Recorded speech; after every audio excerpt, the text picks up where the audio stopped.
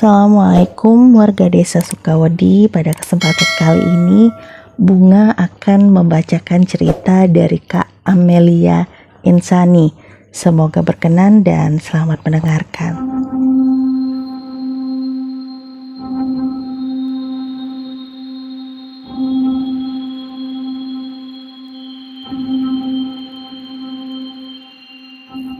Perkenalkan, aku Amelia. Pengalaman hororku ini terjadi saat aku menginap di rumah seorang teman saat ayah dari ibunya sedang pergi ke desa. Sebut saja nama temanku itu Puput. Aku sudah berteman dengannya selama 5 tahun dan pada suatu hari ada tugas berkelompok. Dan itu artinya aku harus mengerjakannya bersama Puput di rumahnya. Puput baru saja pindah ke rumahnya yang ini. Aku belum pernah tahu di mana dan seperti apa. Jadi setelah jam pelajaran sekolah telah usai dan setelah mengabari ibu, kami berangkat ke rumah Puput. Kami berdua berboncengan menggunakan motor, melewati jalan besar, pasar tradisional, dan beberapa sekolahan. Belok kanan, belok kiri, belok kanan, dan kiri lagi. Sampailah kami pada sebuah jalan yang mulai menyempit dan hanya bisa dilewati satu jalur saja. Jalan sempit itu kanan dan kirinya terdapat dinding yang amat sangat tinggi dan dicat putih. Dan Puput tidak mengizinkan aku untuk mengendarai motor. Dia meminta agar motor dimatikan dan dituntun saja. Aku tidak tahu apa sebabnya. Sampailah kami di sebuah rumah mungil yang sangat asri yang banyak ditanami pohon dan bebungaan. Aku menoleh ke arah kiri. Terlihat dinding yang menjulang tinggi, sama seperti sebelumnya. Tapi beberapa menit kemudian aku mengetahui bahwa di sebelah dinding itu adalah kuburan. Sebuah lubang menganga dan tampak besar di antara dinding yang berdiri kokoh. Itulah sebabnya aku mengetahui kalau rumah Puput bersebelahan dengan kuburan. Aku masuk ke dalam rumah Puput. Kami belajar, kemudian ibu Puput keluar membawa es sirup dan makanan kecil. Ibu Puput berkata bahwa sudah lama sekali tidak melihat aku bermain bersama Puput. Beliau teringat ketika terakhir kali main. Keluarga Puput masih tinggal di rumah yang merangkap sebagai restoran besar. Tapi karena mengalami suatu kemalangan, mereka sekeluarga harus pindah dan rumah yang lama pindah ke rumah ini dengan sisa uang yang ada. Ibu Puput juga berkata akan pergi ke desa untuk menengok nenek Puput yang sedang sakit dan memintaku untuk menemani Puput di rumah. Tawaran ibu Puput tidak langsung aku terima, tidak ditolak juga. Tapi aku bilang akan menanyakan hal itu kepada ibu dan bapak di rumah. Singkat cerita, setelah diizinkan bapak dan ibu menemani Puput, menginaplah aku di sana. Malam itu adalah malam pertama berada di rumah yang bersebelahan dinding dengan kuburan. Apesnya aku terbangun tengah malam. Mungkin karena cuaca dingin, aku jadi ingin buang air kecil. Ingin minta ditemani Puput tapi tidak enak untuk membangunkannya. Di satu sisi takut kalau harus sendirian ke kamar mandi. Dalam keadaan bimbang, sayup-sayup terdengar suara seseorang yang menangis merintih. Aku membuka perlahan jendela kamar Puput yang ada di depan tempat tidur. Jendela itu terbuat dari beberapa kaca naku dan sisinya terbuat dari besi yang sudah berkarat. Aku mencoba mengedarkan pandangan ke sekeliling dan mencari tahu suara tangisan tadi. Kekepuanku dijawab dengan telak di saat menoleh ke sisi kiri, ke arah dinding kuburan yang bolong itu.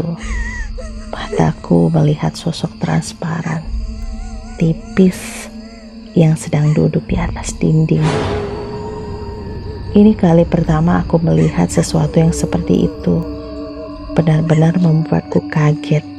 Aku sampai pipis di celana. Aku lebih kaget ketika Puput menepuk bahu kananku dan bertanya kenapa malam-malam aku malah membuka jendela. Aku bilang bahwa aku mendengar seseorang yang sedang menangis, tapi Puput tidak menggubrisnya. Ia malah membahas kalau celanaku basah.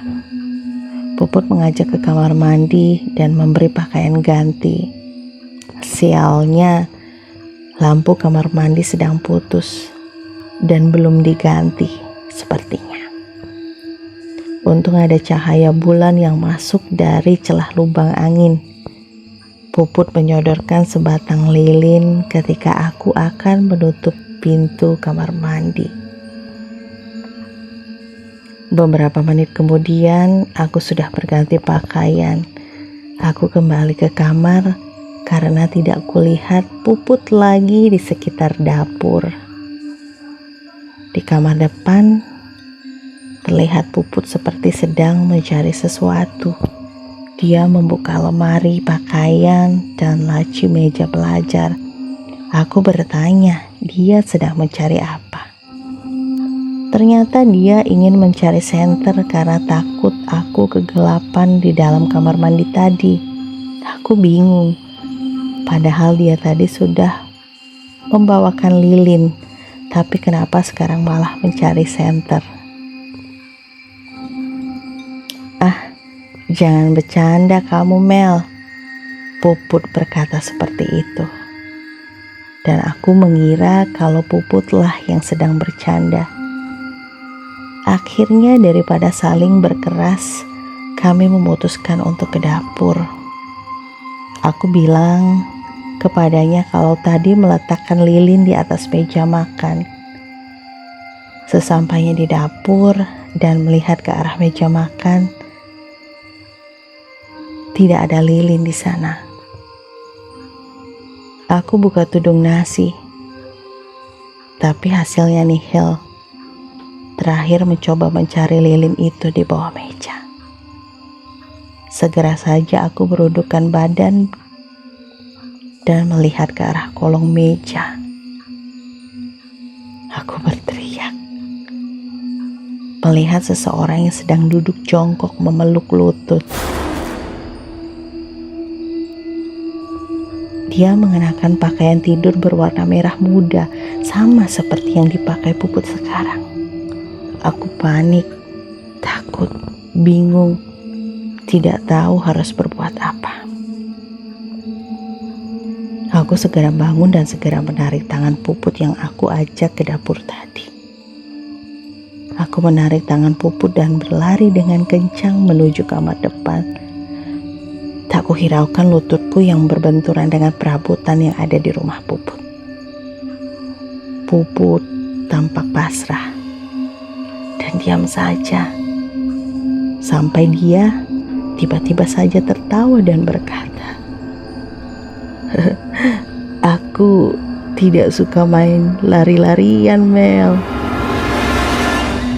Aku yang masih menggenggam tangannya tak sadar kalau sedari tadi tangan itu begitu sejuk dan dingin. Badanku tidak mampu digerakkan sedikit pun. Keringat mulai bercucuran. Kembaran Puput itu tertawa. Suaranya begitu dekat di telinga, seperti menempel di belakang leher. Aku menoleh perlahan dan memperhatikan sejenak wajah itu. Dia tersenyum. Wajahnya begitu putih, dingin seperti pualam. Senyumnya aneh. Sepertinya ia tidak suka kepadaku. Dia tertawa lagi. Tubuhnya terlihat berputar dan melesat. Tiba-tiba hilang dari pandanganku. Dan aku pun seketika tak sadarkan diri.